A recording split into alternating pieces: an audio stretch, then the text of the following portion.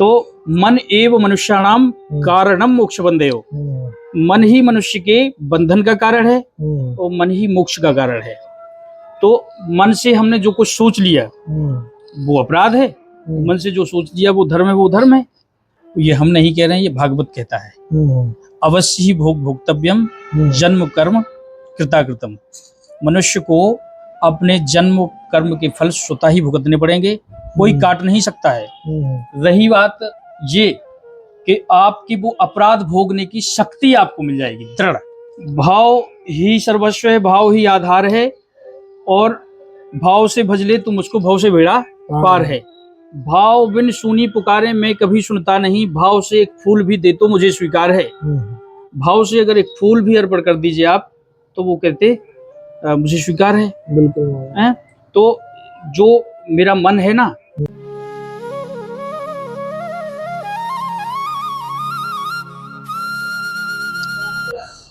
राधे राधे। आप सभी भक्तों का एक बार फिर स्वागत है संत यात्रा में। और आज श्री ब्रजधाम में ही एक और दुर्लभ महाराज जी के दर्शन कराने वाला हूं, जो काफ़ी लंबी दूरी से हमारे ब्रजधाम में पधारे हैं और बहुत ही दुर्लभ संत हैं।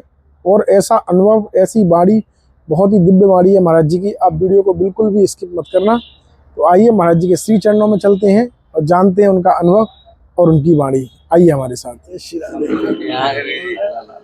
तो महाराज जी के श्री चरणों में पहुंच गए हैं। महाराज जी यहाँ पधारे हैं हमारे ब्रजधाम में। हम आए हैं कई बार ब्रजधाम में, अवसर हमें आने का मिला। भगवान की कृपा हुई, भ्रमण काल में हमारे दर्शन हुआ। और ब्रज का भी पूरा ब्रज ही यहाँ वृंदावन और बरसाना, नंदगांव, ये सब एक ही रूप में हमने अपनी दृष्टि में देखा। इसमें कोई हमारा भेद हमें समझ में नहीं आया। मेरी दृष्टि से लोगों की अपनी भावनाएं क्या हैं, अपने सिद्धांत क्या हैं, अपने विचार क्या हैं, मैं उन सिद्धांतों की बात तो नहीं कर सकता, लेकिन अपने सिद्धांत, अपने विचारों में मैं यही देखता हूँ कि एको हम द्वितीयो नास्ति। ब्रह्म एक है, ईश्वर एक है, उसकी सत्ता एक है। और आप जहाँ चाहें, जिस रूप में चाहें, उस रूप में आप उसका दर्शन कर सकते हैं। ये तुम्हारा भाव है, ये तुम्हारी श्रद्धा है। अब किसी के भाव, किसी की श्रद्धा को हम तो नहीं जानते कि उसकी श्रद्धा, भाई ये स्पष्ट लिखा है कि जी की रही भावना जैसी प्रभु मूरत देखी तिन तैसी। सत्य। जिसके जैसे भाव हों तो वो उसी रूप में देख सकता है। तो हमारा तो यही कि हमने जब भी देखा तो हमने राधा को कृष्ण रूप में देखा और कृष्ण को राधा रूप में देखा। हमें कोई इसमें न कभी संदेह लगा है और न कभी हमें इसमें फर्क नजर आया है। तो हम तो अपने भाव, अपनी श्रद्धा और अपने विश्वास को दृढ़ रखते हैं इस चीज़ में। दूसरी बात, मेरी बहुत समय से ये अभिलाषा थी, इच्छा थी कि मैं राधा रानी के दर्शन करूं बरसाना जाके। और कई वर्षों के उपरांत ये आज उन्होंने मेरी, जो मैं पेशी चल रही थी कोर्ट में, वो चलते चलते आज उन्होंने मेरी फाइल को उठाया है। और मेरी फाइल की जो है आज लग गया, आज सुनाई पर तारीख लग गई। हाँ, और मैं आया और मुझे दर्शन हुआ। और उनका दर्शन होने के उपरांत उन्होंने एक दूसरा दर्शन मुझे ये भी दिया कि यहाँ, जिसको हम कह सकते हैं कि सेवा के रूप में, जिसका हम अपने शब्दों में वर्णन नहीं कर सकते, ऐसे हनुमंत बलवंत लाल जी महाराज का जो आपका ये हनुमान मंदिर स्थान है, ये बड़ा दिव्य है। यहाँ जो संत सेवा, गौ सेवा यहाँ जो चल रही है और जो हमने अपने आँखों से दृष्टिगोचर किया है, जो अनुभव किया है हमने अपना, वो हमने देखा है कि यहाँ वो चीज़ हमें नजर आती है कि जो संत होते हैं ना, संत का हृदय मक्खन की तरह होता है। बिल्कुल। संत हृदय नवनीत समाना, कहें कभी पर कहें न जाना। संतों का हृदय तो मक्खन की तरह होता है, संतता झलकती है। ये भी कही है कि कहे हनुमंत विपत प्रभु सोई, जब तप सुमरन भजन ना हुई। इसके साथ में ये भी है कि अगर विपत्ति भी मनुष्य के ऊपर तभी तक है जब तक उसके जीवन में सुमरण मनन नहीं है, भजन सुमरण और मनन नहीं है। अगर ईश्वर का चिंतन भजन सुमरण मनन है तो निश्चित है कि उसके ऊपर विपत्ति नहीं आएगी। अब हम देखते ये समझते तो हैं कि भगवान जो हैं, लेकिन हम जो हमारी दृढ़ता है, जो हमारी निष्ठा है, वो हम अगर ये समझ लें कि वास्तविक भगवान यहाँ है तो हम उनके समकक्ष कोई व्यवहार ऐसा कर ही नहीं सकते जो कि हमसे अपकृत हो जाए। क्योंकि जब हम ये समझेंगे कि हमारे सामने साकार रूप में कोई बैठा है तो हम उसके सामने बेपर्दा कैसे हो सकते हैं। ये कलयुग है जी। कलयुग में सहज से सहज भक्ति का पथ और मार्ग क्या है जी। कैसे लोग उस मार्ग पर चलें जी। कैसे अपने जीवन का कल्याण करें जी महाराज, और कैसे अपना उद्धार करें। भाई संसार में हम कहते हैं कि आपको जो भी मूर्ति है, जहां जिस स्थान पर बैठे हैं ना, जहां भी बैठे हैं, आप केवल भाव ही सर्वस्व है, भाव ही आधार है, और भाव से भजले तो मुझको भाव से बेड़ा पार है। भाव बिन सुनी पुकारे मैं कभी सुनता नहीं, भाव से एक फूल भी दे तो मुझे स्वीकार है। भाव से अगर एक फूल भी अर्पण कर दीजिए आप तो वो कहते मुझे स्वीकार है। बिल्कुल। तो जो मेरा मन है ना, वो किसी समय एक फिल्म बनी थी, उसमें भी ये गाया गया था कि मन ही देवता मन ही ईश्वर, मन से बड़ा ना कोई, मन उजियारा जब जब फैले जग उजियारा हुई, मेरा मन दर पर कहलाए। तन से कोई भाग ले पर मन से भाग ना पाए, मेरा मन दर पर कहलाए जी। तो मन एव मनुष्याणाम कारणम मोक्ष बंधेयो, मन ही मनुष्य के बंधन का कारण है और मन ही मोक्ष का कारण है। तो मन से हमने जो कुछ सोच लिया वो अपराध है, मन से जो सोच लिया वो धर्म है, वो धर्म है। और कलयुग में जो है केवल मन में विचार करने से कोई पाप नहीं लगता, मन में सोच लेने से कोई अपराध नहीं होता। मानस पुण्य होए नहीं पापा, मानस मतलब लिखा है कि मानस में सोच लेने से कोई अपराध नहीं बनता है। उसको उस कृत हो या अपकृत, उसको करने से ही वो प्रादुर्भाव उसका वो होगा। बाकी आपको ऐसा नहीं है कि आपको वो अपराध बिगड़ किए आपको किसी का अपराध भुगतना पड़े जी। तो हम कहते हैं कि देखिए ये हमारे वेद शास्त्रों में ये उल्लेखित है, स्पष्ट है। हमारी भगवती सहज भाव से पहले पूर्वज लोग कैसे उनकी आराधना करते आए, कोई बहुत बड़ी विकल्पित व्यवस्थाएं नहीं होती थी, बड़े सहज भाव से जी, बड़े सहज भाव से सेवा पूजा आस्था के अनुसार लोग करते थे। बिल्कुल। आप केवल एक भगवान को एक लोटा जल चढ़ा दीजिए, पत्रम पुष्पम फलम तोयम नाभि भक्ति अपेक्षति। भगवान किसी भक्त से कोई लालसा या आशा नहीं रखते हैं। भक्ति बड़ी सहज है, बड़ी सरल है, इसमें कुछ बहुत बड़ी सामग्री की आवश्यकता नहीं है। लेकिन रहा ये कि हमें अपने जीवन में एक महत्ता देनी चाहिए। 10वां अंश कहते हैं हम अपने संग्रह का किया हुआ धन का जो है जो दान करते हैं ना, उससे हमारे संतति और हमारे जो हमारी वंश की है वो वृद्धि होती है, उन्नति होती है। वो 10वां अंश वो क्या होता है, वो पुण्य वही है कि जब कोई आधी व्याधि, कोई तूफान, कोई बड़ी समस्या, बड़ी उलझन आपके ऊपर आती है ना, तो जैसे सूर्य की रोशनी का प्रकाश सीधा आपके ऊपर पड़ता है और अगर उस पर कोई छत्र छप्पर ना हो तो वो सीधी रोशनी का प्रकोप आप नहीं झेल पाएंगे। लेकिन जब ये चद्दर या छप्पर आपके ऊपर पड़ा है या किसी वृक्ष का या कोई आड़ आप ले लेंगे तो वो उसकी जो उसका तेज है ना, जो प्रकोप है वो कम हो जाएगा और वो कम हो करके पड़ेगा, जिससे आप जो है उसको झेल सकते हैं, सहन करने की शक्ति। तो पुण्य धर्म हमें सहन करने की शक्ति देता है और इससे हमें जो अर्जित होता है वो हमारी संतति के लिए, हमारी वंश वृद्धि के लिए हमें उसमें बहुत कुछ प्राप्ति होती है हमारे जीवन के लिए। हमें आत्मिक शांति मिलती है। हम मन को नियंत्रण करने के लिए भगवान का भजन करते हैं, लेकिन भगवान का भजन हमारा मन जो है विचलित होता है, हमारा मन लगता नहीं है, हमारा मन उससे उचट जाता है। हम बार बार मन को नियंत्रण करने का कोशिश करते हैं, लेकिन ध्यान लगाते हैं भगवान का, लेकिन ध्यान कहीं और चला जाता है जी। ध्यान कहीं इधर उधर होता है जी। तो जब तक हमारा मना योगा चित्त वृत्ति निरोधा, हम कहते हैं चित्त की वृत्ति को एकाग्र करने के लिए हमें क्या करना चाहिए। इसीलिए हमारी श्वासों का भी इसमें उल्लेख है कि हमें अपनी श्वासों, खान पान, रहन सहन, नित्य क्रिया, संयम, नियम, इसका भी विशेष ध्यान देना पड़ेगा।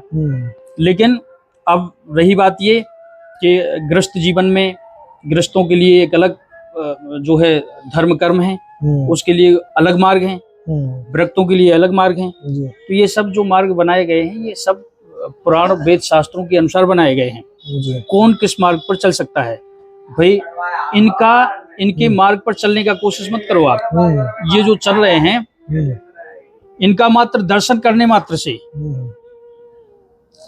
आपके अपराध, आपके पाप और आपकी जो मन की शांति है वो आपको प्राप्त हो जाएगी।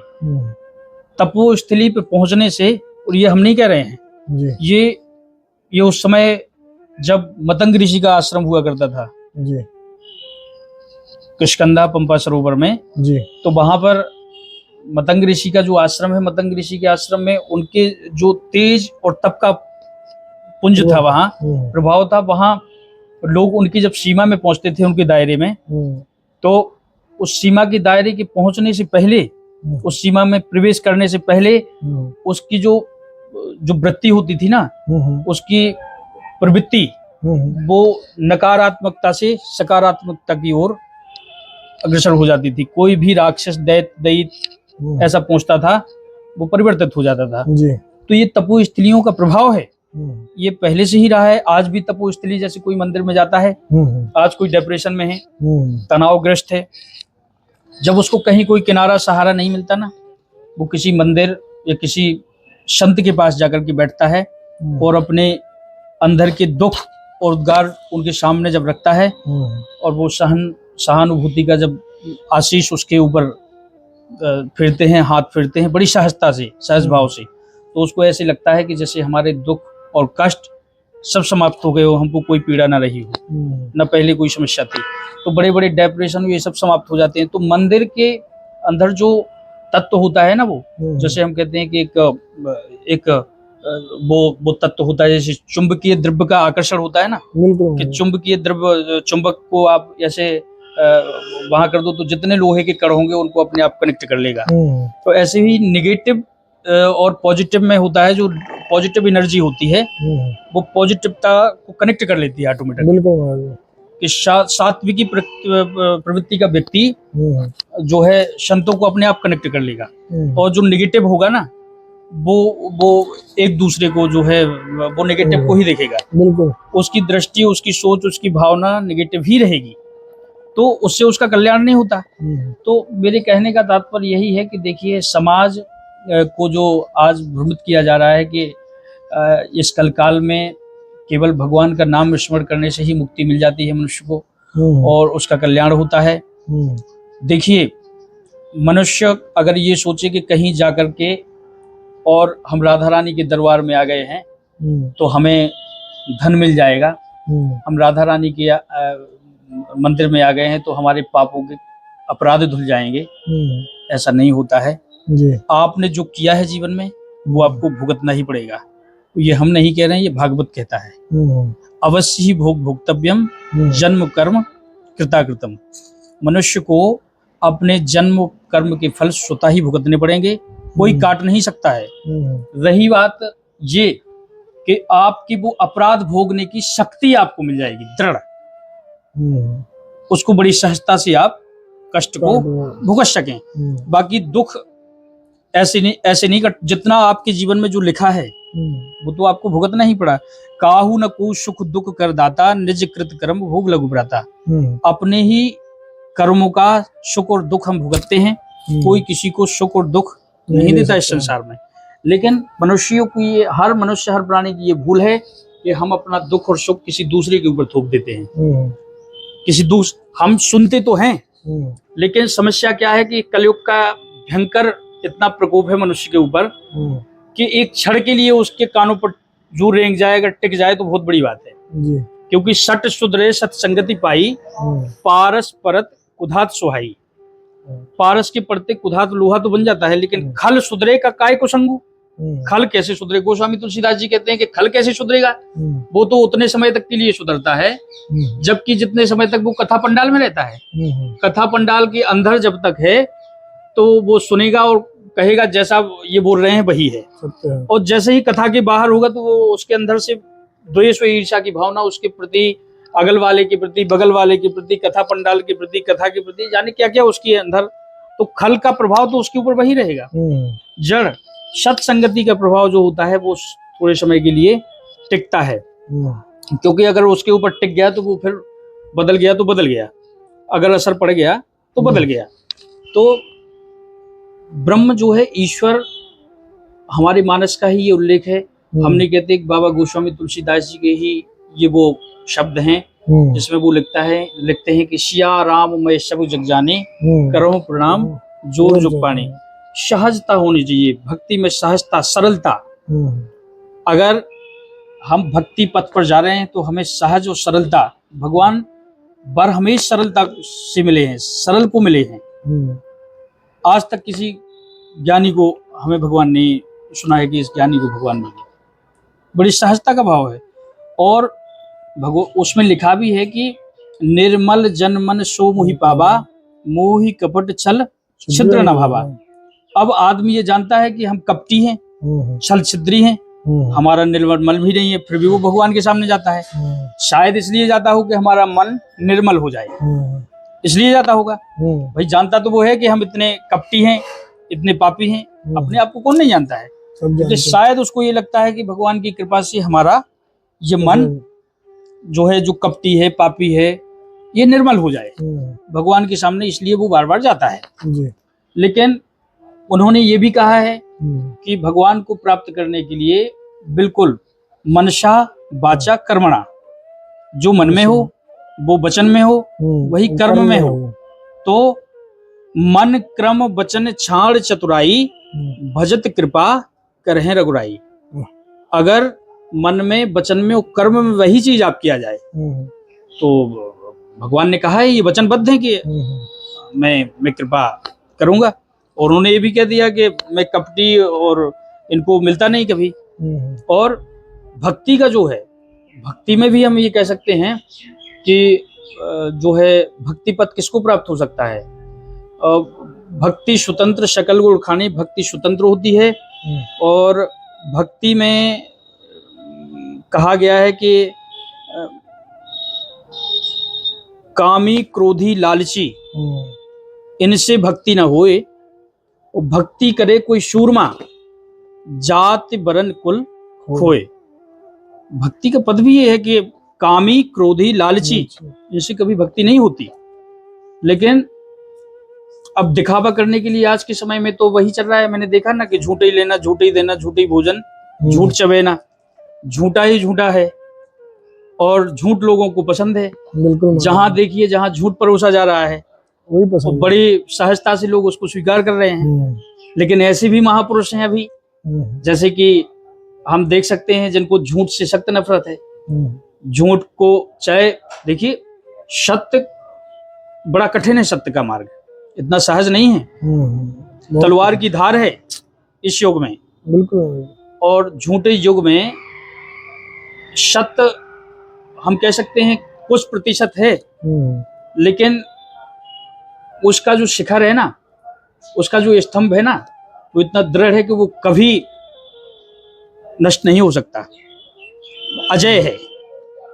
क्योंकि धर्मो रक्षति रक्षता, धर्म की रक्षा करने वाला स्वयं धर्म है। धर्म की पताका पर हनुमान जी स्वयं विराजित हैं। धर्म की ध्वजा पताका पर हनुमान जी स्वयं विराजमान हैं। और इसके प्रमाण है, महाभारत काल में धर्म और अधर्म का युद्ध हुआ। इसमें साक्षात हनुमान जी उस ध्वजवाहक पर, भगवान कृष्ण ने उनसे कहा कि आप बैठिए, धर्म की ध्वजा हैं, आप धर्म के ध्वजवाहक हैं, आप इस पर विराजेंगे तो इस धर्म का अखंड ध्वज हिल नहीं सकता, और वो हिला भी नहीं। लेकिन जब अर्जुन को बताया गया तो अर्जुन को ये स्पष्ट बताया गया कि ये अर्जुन तुम्हारे बाणों की या तुम्हारे धनुर्विद्या की कोई ताकत नहीं है, और ना मेरी कृपा से, ना मेरी कृपा से ये रथ सुरक्षित है। ये तो रथ कभी कब जो है स्वाहा हो चुका है, ये रथ जो है खत्म हो चुका है, नष्ट हो चुका है, ये तो भ्रष्ट हो चुका था कभी का। बोले अगर शायद ध्वजवाहक हनुमान जी इस रथ की ध्वजा पताका पर न विराजित होते तो बोले ये तो कभी का भस्म हो चुका था ये रथ। बोले इसका प्रमाण तुम्हें हम देते हैं। तो अर्जुन को रथ से उतारा, जी अर्जुन को रथ से उतारा, और अर्जुन को रथ से उतारने के बाद भगवान स्वयं रथ से नीचे आए। उन्होंने बताया कि देखो मैं भी आ गया, तब भी कुछ नहीं, लेकिन बोले अब मैं दिखाता हूं कि पूरा कारण कहाँ क्या है, क्या था।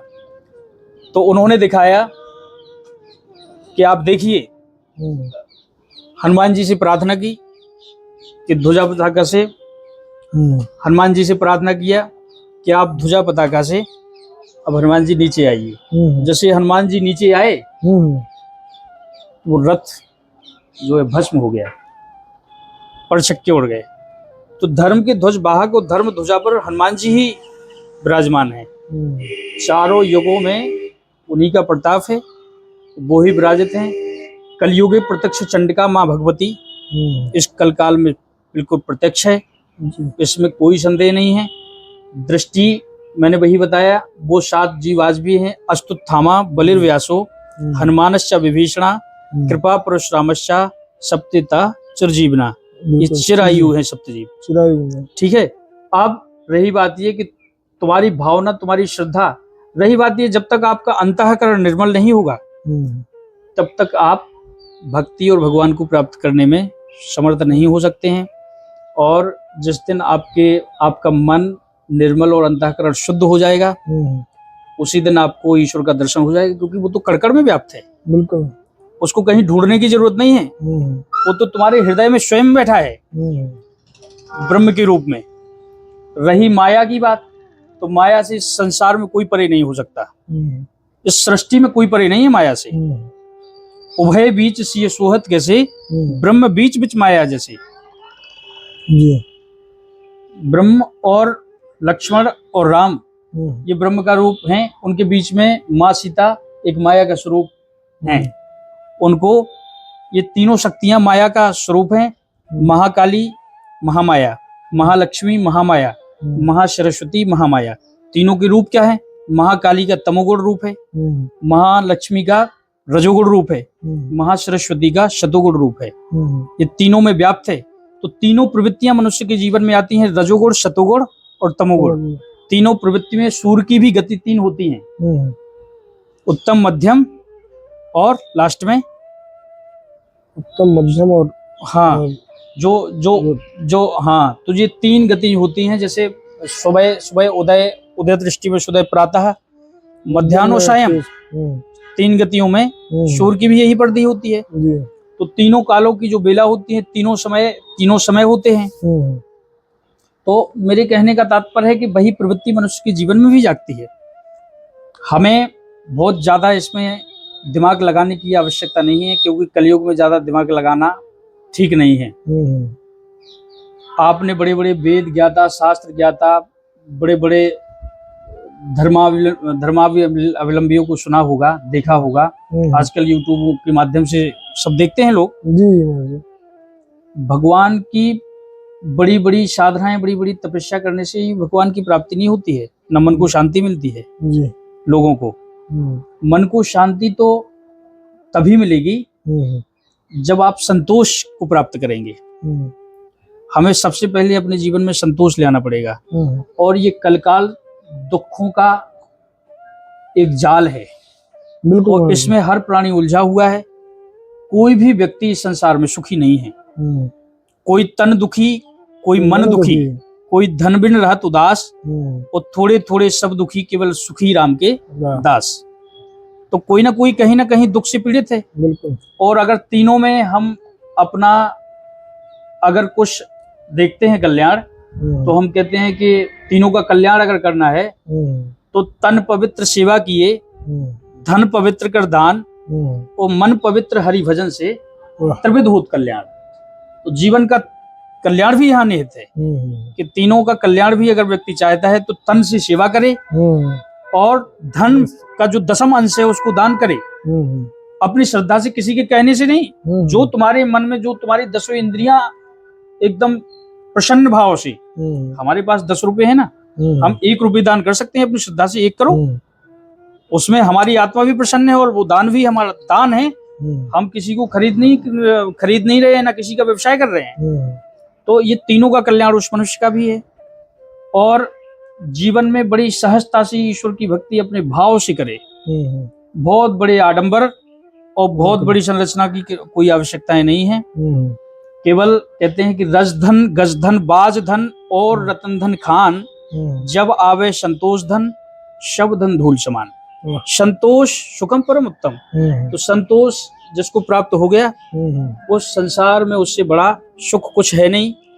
बाकी संसार में ना तो सुख खोजने से मिलेगा किसी को, चाहे तुम किसी की दहलीज पर सिर मारो, पत्थर में सिर मारने से कभी पानी नहीं निकलता है, बिल्कुल, उसके लिए तुम्हें धरती ही खोदनी पड़ेगी। तो आप जब ऐसा प्रयास क्यों कर रहे हो, ऐसा बार क्यों करते हो जो तुम्हारा बार विफल हो जाए?